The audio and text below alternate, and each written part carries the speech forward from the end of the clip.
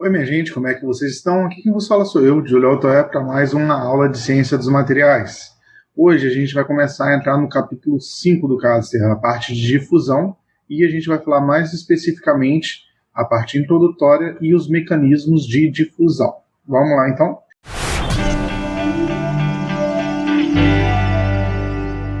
Bom, a primeira parte importante para a gente falar aqui é: se você já está acompanhando o canal, deixa o like já nesse vídeo, se inscreve no canal, recomende aos amigos.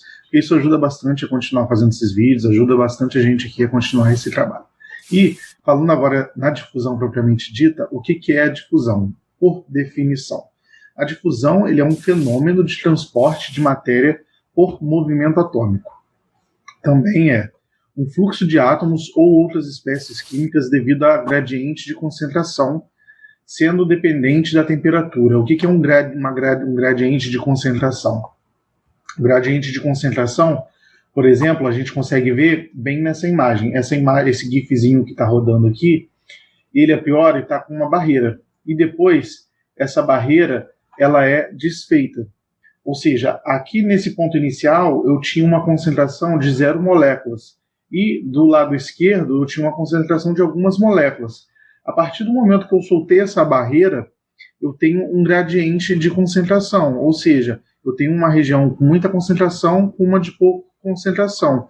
E, pela termodinâmica, da mesma forma que a gente vê aqui que um rio, ele tende a descer uma montanha e seguir o seu percurso. Por quê?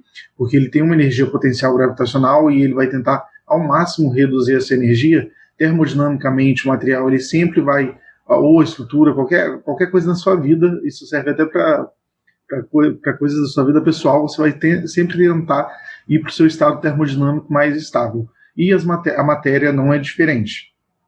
E outra lei também da termodinâmica diz que a entropia do meu sistema sempre tende a aumentar. Então, quando eu abro essa barreira aqui, a tendência da matéria é ela ir para a desordem. Então, ele vai tender a expandir.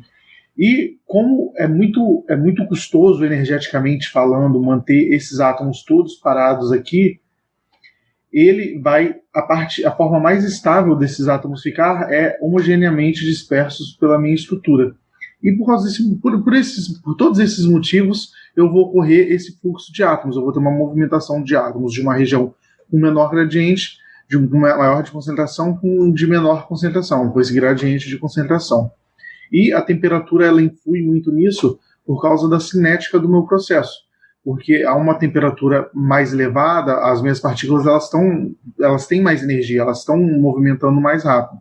Então elas vão realizar de forma mais rápida esse processo difusional, que é exatamente esse gifzinho que eu coloquei aqui para vocês. Nesse gif, eu jogo tinta em 2 copos d'água. Um copo de água que está quente e outro copo de água que ele está gelado. No que ele está quente, ele começa a se espalhar muito mais rápido do que está gelado. Exatamente porque numa água quente, as minhas estruturas elas estão com uma energia vibracional muito maior do que na água fria. Então, esse processo todo de dispersão, de movimentação atômica é facilitado. Só reforçando aqui, o nosso sistema ele sempre vai procurar a estabilidade termodinâmica. Bom, a gente vai começar aqui falando um pouquinho da autodifusão. A gente ainda falando de difusão, né, para que a difusão ocorra, em geral a gente vai ter a necessidade de que exista uma posição adjacente vazia, ou seja, tem que existir alguma lacuna na minha estrutura para ocorrer essa difusão. A gente viu já nas nossas últimas aulas, inclusive a gente calculou o número de lacunas na nossa estrutura, quando a gente estava fazendo a parte de solução sólida, defeito, a gente tinha como calcular o nível de lacuna, e a gente sabe que todo material ele possui lacuna, ele possui algum tipo de defeito. Então, é essencial para ocorrer a difusão que essa lacuna exista. E é essencial também que eu tenha alguma energia, de alguma forma, para que eu venha a quebrar as ligações atômicas com o meu vizinho, né? Aqui nesse GIF a gente está vendo o átomo se movimentando. Ele, quando ele se movimenta aqui, ó, quando ele vem para esse lado aqui, ele quebra todas as ligações atômicas que ele estava fazendo com esse átomo aqui, ele se movimenta e refaz essa ligação em outro átomo. Esse processo ele precisa de uma energia. E dependendo do meu deslocamento atômico, da minha difusão, eu vou gerar uma distorção na minha rede cristalina. Então, além dessa posição vazia, é necessário que eu tenha uma energia suficiente para desfazer uma ligação atômica e causar uma distorção que vai acontecer naturalmente ao deslocar o meu material. A gente vai ver uns exemplos aqui para frente que vai ficar um pouco mais claro isso. Quando está ocorrendo a difusão no metal puro, ou seja, eu tenho um metal só, a gente já falou aqui, a gente sabe que na parte microscópica, todas as matérias elas estão vibrando. Se você pega um metal a 25 graus Celsius, se você olhar minimamente na parte de nanoescala, você vai ver que é uma estrutura ali que ele está vibrando em alguma frequência. Óbvio que a 25 graus ele está vibrando a uma frequência relativamente baixa. Porém, ela está vibrando. E como você está vibrando, está ocorrendo a difusão ali. Como aquele material tem diversas lacunas, a todo momento aquele bloco de metal que você está trabalhando ali, ele está trocando. Ele está acontecendo exatamente esse fenômeno aqui. Ó. A lacuna ela fica variando. Ou tem uma lacuna aqui, depois a lacuna vai para o outro lado, aí um átomo vem para o outro lado. Só que isso a gente não percebe, e isso não vai ser importante para a gente em termos práticos, porque ele é um metal puro. Ele é desprezível esse efeito quando eu estou trabalhando com metal puro. Porém, você tem, inclusive, como avaliar isso se eu pegar e colocar, por exemplo, um isótopo radioativo aqui no meu material, por exemplo, se eu boto 10 partículas de isótopo radioativo em certo ponto, e deixar ali um tempo, depois de alguns dias, talvez, depende da minha temperatura, obviamente, eu vou ver que esse isótopo ele vai estar num local diferente, exatamente porque aconteceu um processo de autodifusão, que a gente chama, que é exatamente a mudança da posição das partículas da minha estrutura. E, bem parecido com a autodifusão, eu vou ter agora a interdifusão. A interdifusão, ou que eu também posso chamar de fusão de impurezas, ela acontece quando eu tenho os átomos de um metal se difundindo pela estrutura de um outro metal, no interior de um outro metal. Como que a gente vai observar isso? Né? Eu coloquei um exemplo aqui para a gente ter algo que a gente costuma já ver no ensino médio, para depois a gente tentar passar para a parte do metal. Você imagina uma caixa aqui que está só com gás argônio e aqui está só com gás hélio, e elas não estão em contato, né? Elas têm uma barreira aqui. E, do nada, eu pego e abro essa barreira entre os gases. É exatamente essa figura aqui que a gente está vendo. Ó. Daqui a pouco a gente vai ver que o GIF vai resetar. No início desse GIF, toda a estrutura cinza está de um lado e a estrutura vermelha está de um outro lado. E quando eu libero a barreira, aqui ó, liberei a barreira, eles vão começar a se misturar. Por quê? Porque vai ocorrer um processo difusional aqui e a tendência do meu sistema é ele ser o mais caótico possível. O mais caótico que ele vai estar mais homogêneo, mais espalhado. É muito difícil eu manter meus gases vermelhos aqui e os branquinhos aqui. Se agora a gente pegar esse efeito, esse modelo, e transpor para um metal, por exemplo, um bloco de metal de cobre com um bloco de metal de níquel, o mesmo efeito vai ocorrer. Ah, Júlio, vai começar a misturar tudo aqui, eu vou ter um monte de partícula de cobre entrando no níquel a temperatura ambiente? Não, não é assim. Exatamente porque o processo difusional ele é dependente da temperatura. Se eu trabalhar a temperatura ambiente, você vai perguntar, Júlio, vai ocorrer a difusão? Vai, talvez em anos você vai ver que algumas partículas ali vão passar de um lado para o outro. Porém, se eu elevo essa temperatura, por exemplo, eu pego esse bloco de cobre e esse bloco de níquel e eu coloco eles a 600 graus Celsius colados um no outro, vai ocorrer um processo difusional. As minhas partículas de cobre, elas vão seguir em direção à de níquel e a de níquel eles vão vir em direção às de cobre. Por quê? Porque durante esse processo aqui eu vou estar tendo troca da posição dos meus átomos, exatamente porque eu sei que meu material ele tem lacunas, ele tem locais nos quais ele pode ficar trocando de posição e eu tenho a energia necessária para que isso ocorra, ou seja, a minha temperatura para eu desfazer e refazer ligações e ocorrer esse processo difusional. Por que esse processo difusional vai ocorrer também? Porque eu tenho um gradiente de concentração. Olha aqui, nessa posição aqui, ainda no meu cobre o níquel, inicialmente, até essa distância aqui, eu tenho 100% de níquel, e a partir dessa distância aqui, eu tenho 0% de níquel. E nessa distância aqui, eu tenho 100%, perdão, cobre, né? E nessa distância aqui, eu tenho 100% de níquel, e depois disso, eu tenho 0% de cobre. Ou seja, aqui eu tenho um gradiente muito grande de cobre, eu tenho 100% de cobre e 0% de cobre. Então, quando eu coloco em contato e eu dou as condições necessárias, a força motriz para que aconteça essa difusão, esses átomos eles vão difundir. Então, aqui na minha interface principalmente, depois de eu colocar 600 graus Celsius, deixar algumas horas ou dias, eu vou ver que se eu pegar e realizar uma análise química no meu material, depois desse processo de fusão, eu vou ver que a concentração aqui ela vai passar a diminuir, ela que era aqui 100%, e depois era 0%, ela vai passar a ter certa concentração de cobre onde antes não tinha, onde antes só tinha níquel. E o contrário também, o níquel difunde para o outro lado. Outro ponto importante agora, já que a gente estava falando de como ocorre a autodifusão e a interdifusão, são os mecanismos de difusão propriamente ditos. A gente tem outras teorias de difusão, porém as duas teorias mais aceitas são a difusão por lacunas e a difusão intersticial. Aqui não vale a pena a gente entrar nas teorias menos aceitas, e eu vou explicar mais ou menos como que funciona, né? A difusão por lacunas, como o nome já é um pouquinho intuitivo, eu tenho um átomo que deixa seu ponto da rede para preencher uma lacuna próxima. Há um contrafluxo entre átomos e lacunas. A autodifusão e interdifusão ocorre por esse mecanismo. A autodifusão e interdifusão que a gente estava comentando agora é um tipo de difusão por lacuna. O que é a difusão por lacuna? Novamente, é exatamente isso aqui, ó. Essa imagem aqui, onde não tem o átomozinho vermelho, a difusão por lacuna, ela vai pegar e vai caminhando e vai trocando de posição entre o meu átomo. Eu vou pegando uma lacuna e vou trocando de posição com o meu átomo. E como eu vou ter, digamos, uma lacuna aqui andando para esse lado e um átomo andando para esse lado, eu vou ter para cá um fluxo de lacuna e para cá eu vou ter um fluxo de átomo. Por causa disso, eu vou estar gerando um fluxo, né? E eu tenho uma concentração de lacunas e uma concentração de átomos. E por causa dessa diferença de concentração, eu vou ter um gradiente que vai gerar exatamente essa difusão. Essa é a teoria mais aceita para a difusão, principalmente de átomos substitucionais. Você lembra que a gente falou nas últimas aulas de solução sólida intersticial, substitucional?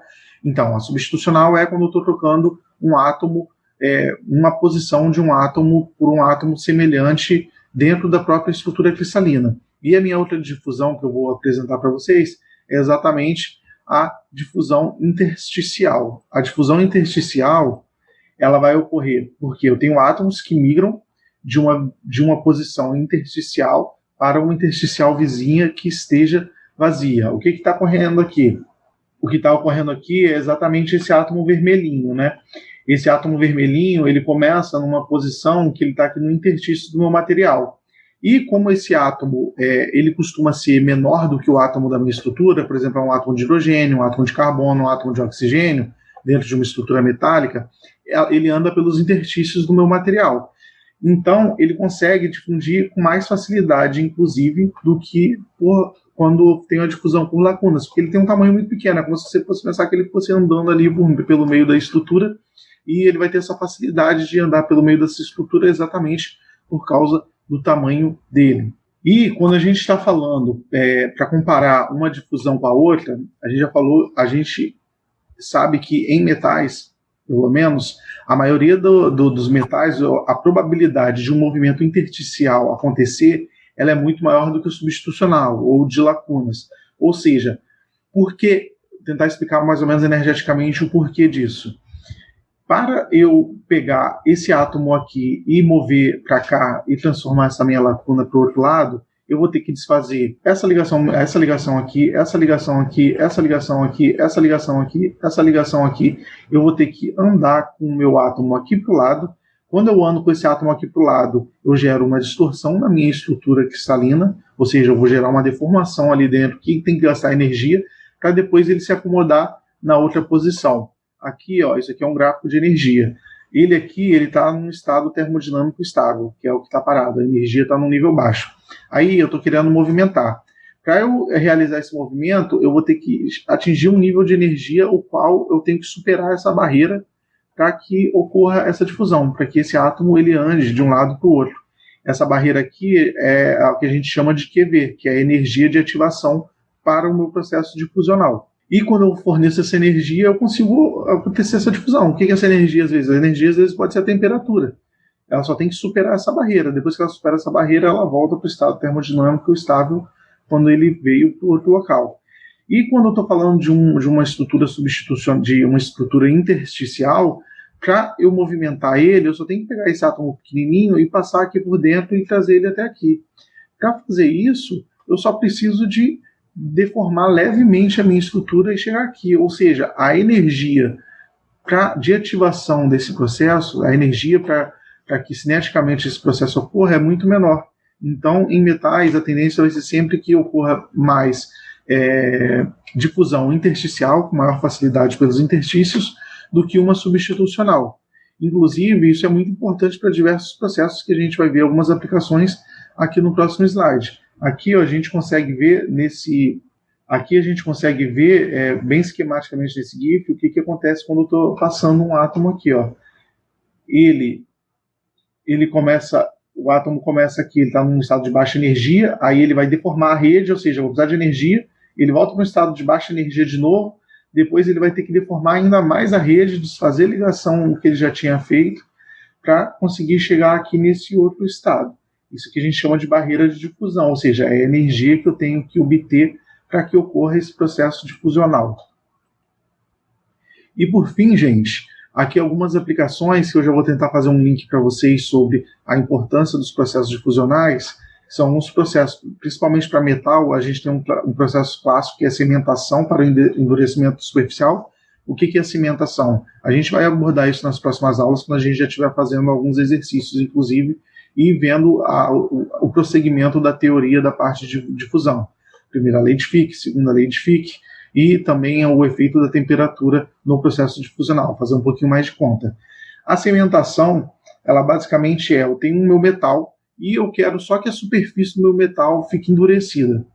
Para eu fazer isso, eu coloco na superfície do meu metal de interesse, um material que tem uma grande quantidade de carbono. Eu boto, às vezes, um gás com uma grande quantidade de carbono, eu coloco qualquer tipo de material carbonoso, e obviamente em pó, com uma estrutura de fácil difusão, e eu elevo a temperatura dele. O que vai acontecer? Como está em contato e como eu estou dando a energia e estou dando material, esses átomos de carbono, eles vão pegar e vão difundir superficialmente na estrutura do meu metal. Então eu vou conseguir ter um metal que na parte interna dele ele tem uma dutilidade, ele tem uma maciez, e na parte da superfície ele é muito duro, exatamente porque ocorreu um processo de difusão intersticial do carbono dentro da estrutura, por exemplo, do meu aço. E esse processo de difusão intersticial, controladamente, ele tem um efeito benéfico para o meu material. Aqui tem uns outros exemplos, que o tratamento térmico, quando eu estou tendo uma mudança de fase, que a gente vai ver mais para frente, ele depende de um processo difusional para ele acontecer, qual o tipo de microestrutura que eu vou ter. A criação de garrafas plásticas de bebidas, né? Esse aqui é um exemplo legal, porque o refrigerante, principalmente quando você coloca ele dentro de uma garrafa, ele tem uma quantidade de gás, né? Quando o refrigerante está ruim, o refrigerante está sem gás. E como que esse gás não se perde antes? Exatamente porque o polietileno que a gente trabalha para usar nessa garrafa, você tem que fazer um teste nele para avaliar como que é a difusão do gás naquele polietileno. Porque se a difusão do gás for muito grande pelo polietileno, ele vai perder todo o gás. Você tem que ter um material que o gás não consegue se difundir por ele. Então, você entender esses processos difusionais é importante para você ter a sua coca com gás lá tranquilona. Aqui eu tenho a difusão de dopantes para dispositivos semicondutores. Isso aqui é um negócio muito interessante, porque a gente, basicamente, os dispositivos semicondutores, você tem que dopar ele com átomos para você obter exatamente a função de semicondutor. E revestimento de barreira térmica também. Esse aqui é um exemplo que a gente colocou, que eu tenho tipo uma superliga de níquel, e como essa superliga de níquel ela é utilizada muitas vezes por uma estrutura, uma turbina, por exemplo, de avião, que ela está trabalhando a uma temperatura muito elevada. Então você pega e faz tipo um revestimento cerâmico superficial. A cerâmica a gente sabe que ela funde a uma temperatura muito mais alta, e ela serve como uma barreira térmica para esse meu metal que está lá na turbina do meu avião. A aula de hoje foi isso, eu espero que vocês tenham gostado. Deixe seu curtir, compartilhe com seus amigos, deixe seu comentário aí se você gostou dessa aula, se está te ajudando. Se tiver alguma dúvida também, pode deixar que sempre que possível eu estou respondendo. Um grande abraço e tchau, tchau.